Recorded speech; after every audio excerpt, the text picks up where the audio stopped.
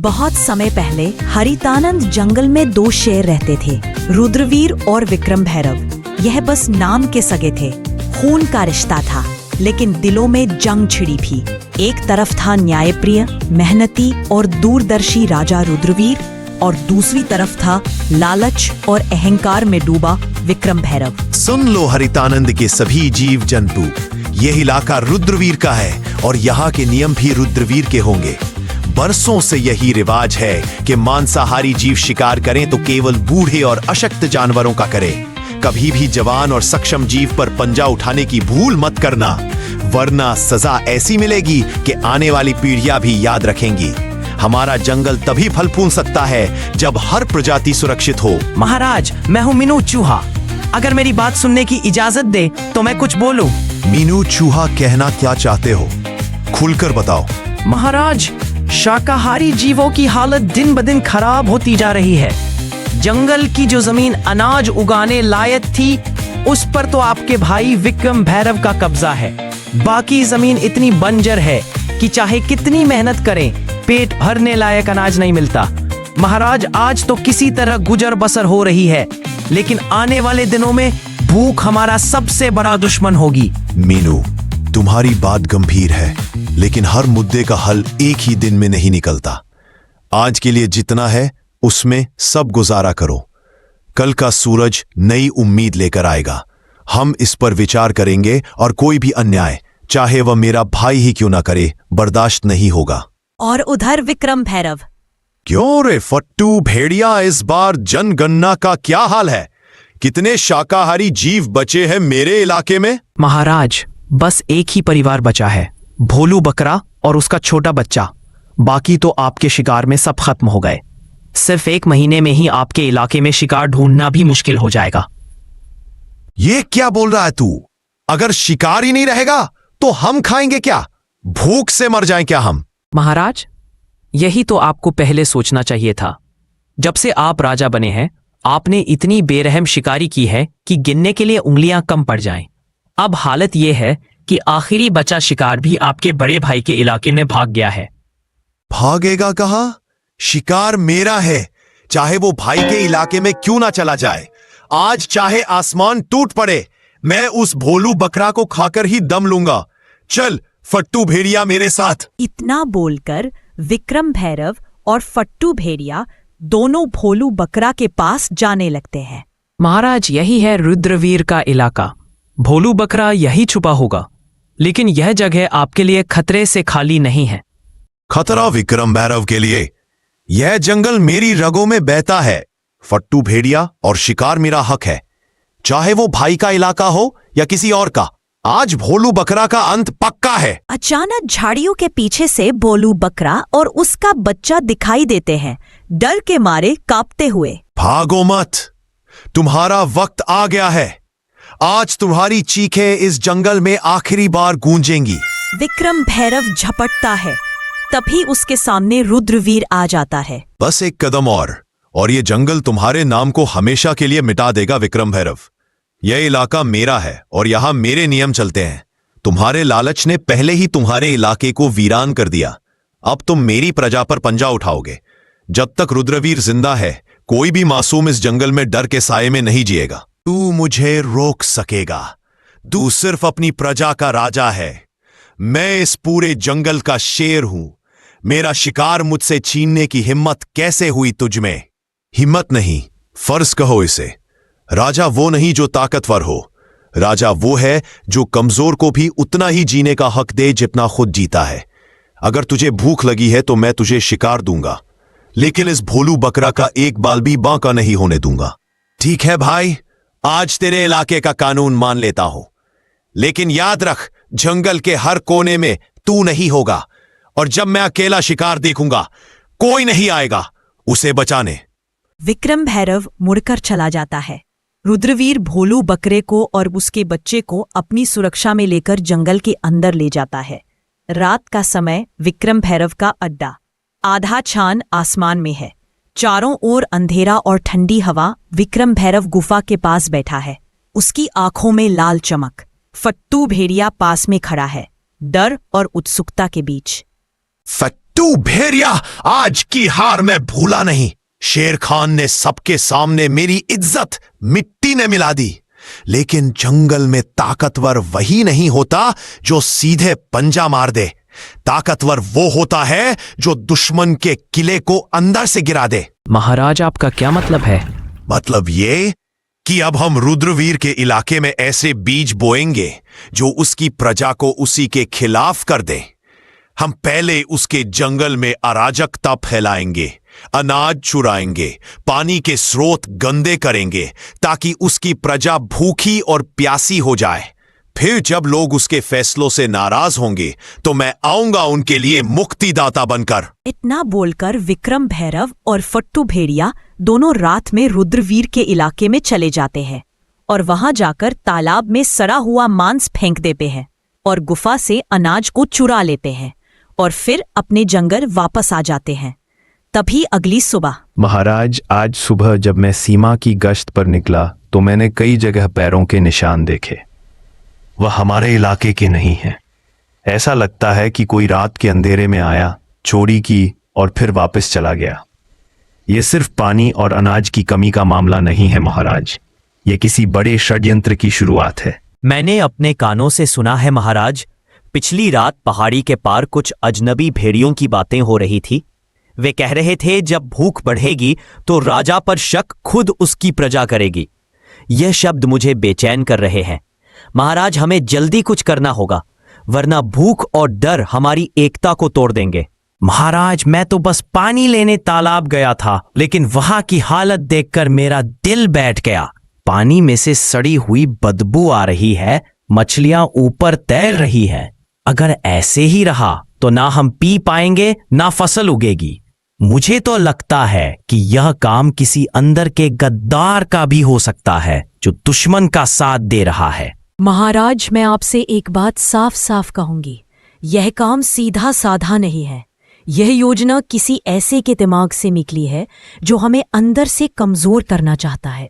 विक्रम भैरव के पंजे सीधे हमारे इलाके तक नहीं पहुंच सकते, लेकिन उसकी चालाकी जरूर पहुंच सकती है।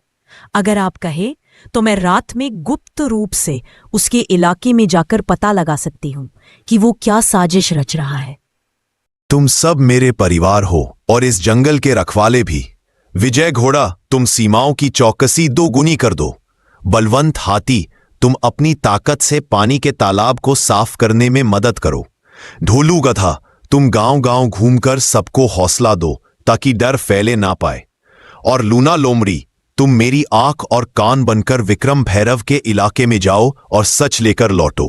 अगर विक्रम भैरव ने सच में यह वार किया है तो अगली लड़ाई जंगल की सबसे बड़ी लड़ाई होगी।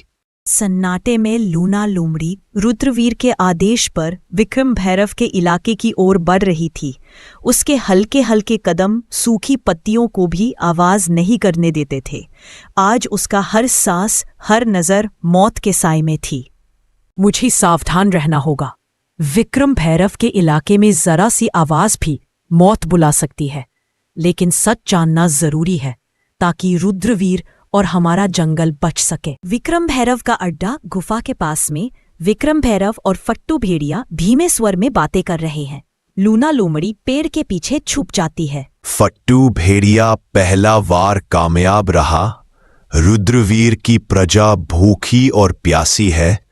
अगला कदम यह होगा कि उनके बीच झगड़े करवाओ। अनाज और पानी के लिए लड़ाई होगी, तब मैं आऊंगा उन्हें बचाने के नाम पर। महाराज, लेकिन अगर रुद्रवीर को शक हो गया तो? शक से क्या होगा? जब तक उसके अपने लोग उस पर भरोसा खो देंगे वो कुछ नहीं कर पाएगा। याद रख फट्टू भेड़िया, शेर को हराने के लिए उसके पंजे नहीं, उसके दिल पर वार करो। लूना लोमड़ी यह सुनकर हैरान रह जाती है। उसके कान खड़े हो जाते हैं, लेकिन तभी पास में एक सूखी टहनी टूट जाती है और हल्की सी आवाज गूंजती है। महाराज, कुछ आवाज आई। कौन है वहां? लूना लोमड़ी तेजी से झाड़ियों में से निकलकर अंधेरे में गायब हो जाती है। विक्रम भैरव और भेड़िया उसका पीछा करने की कोशिश करते हैं, लेकिन वो लोमड़ी की फुर्ती से बच निकलती है। और अगली सुबह। महाराज, मैंने सब सुन लिया है। विक्रम भैरव हमारी प्रजा को आपसे अलग करना चाहता है। वो भूख, प्यास और झगड़े फैलाकर आपको कमजोर बनाना चाहता है और फिर खुद राजा बनना चाहता है। तो अब समय आ गया है विक्रम भैरव की चाल का जवाब उसी की चाल से देने का। हम उसकी सोच से तेज चलेंगे और जंगल को बचाने के लिए हर कीमत चुकाएंगे। लूना लोमड़ी की खबर ने पूरे दरबार में आग लगा दी। अब शेर खान के सामने सिर्फ एक रास्ता था, एक ऐसी योजना बनाना जिसमें रुद्रवीर की चाल नाकाम हो और जंगल की एकता वापस लौट आए। सुनो मेरे साथियों, आज हम सिर्फ अपनी हुकूमत नहीं बल्कि पूरे जंगल का भविष्य बचाने जा रहे हैं। विक्रम भैरव ने सोचा कि वो भूख और डर फैलाकर हमें तोड़ देगा, लेकिन वह भूल गया कि एकजुट जंगल को कोई नहीं तोड़ सकता। विजय घोड़ा, तुम्हारी रफ्तार पूरे जंगल में सबसे तेज है। तुम सीमा पार विक्रम भैरव के इलाके के चारों ओर गश्त करोगे और अगर उसकी कोई टुकड़ी हमारी तरफ बढ़े तो तुरंत खबर लाओगे। महाराज, जब तक मेरे पैर में जान है कोई दुश्मन इस तरफ नहीं आ पाएगा। बलवंत हाथी, तुम्हारी ताकत हमारी ढाल होगी। तुम अनाज के भंडार के पास रहोगे ताकि विक्रम भैरव का कोई आदमी चोरी ना कर सके। महाराज, मेरी मौजूदगी में अनाज का एक दाना भी इधर उधर नहीं होगा। ढोलू गधा लोग तुम्हें कम आंकते हैं, लेकिन तुम्हारी याददाश्त और सहन शक्ति सबसे बड़ी ताकत है। तुम जंगल के हर घर जाओगे और सबको समझाओगे कि विक्रम भैरव की अफवाहों पर भरोसा ना करे। महाराज, जब तक मेरी आवाज पहुंचेगी कोई भी अपने राजा पर भरोसा खोएगा नहीं। मीनू चूहा, तुम्हारा कद छोटा है लेकिन काम बड़ा।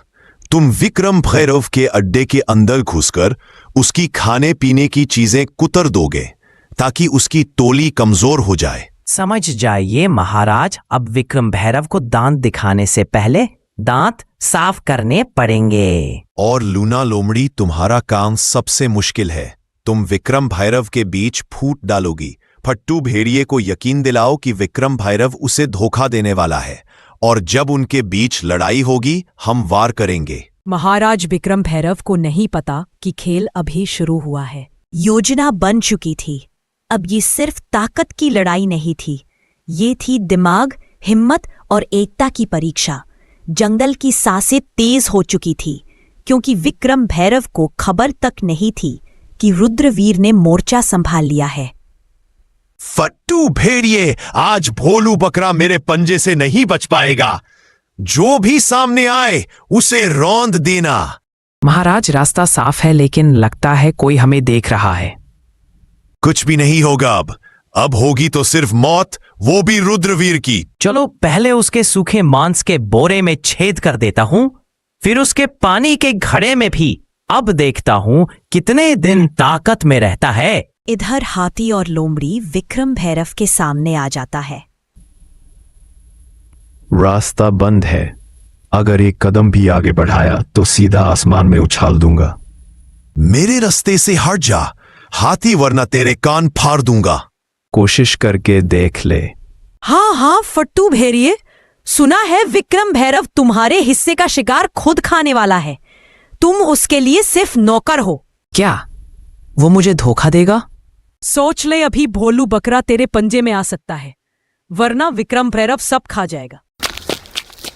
महाराज, विक्रम भैरव जंगल में प्रवेश कर चुका है। जल्दी चलिए महाराज।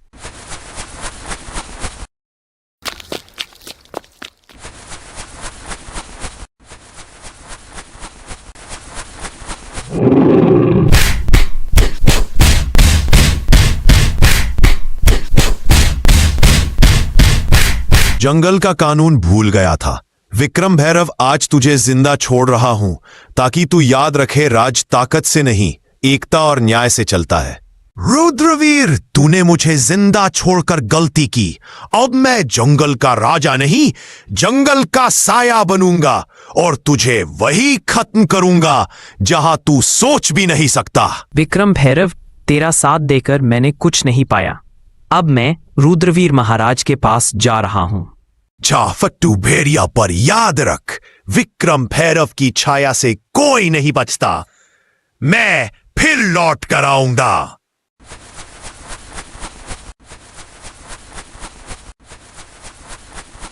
इस जंगल में कोई भी राजा नहीं है, राजा सिर्फ न्याय है, और न्याय कहता है जो प्रकृति से विश्वासघात करे उसकी जगह यहां नहीं।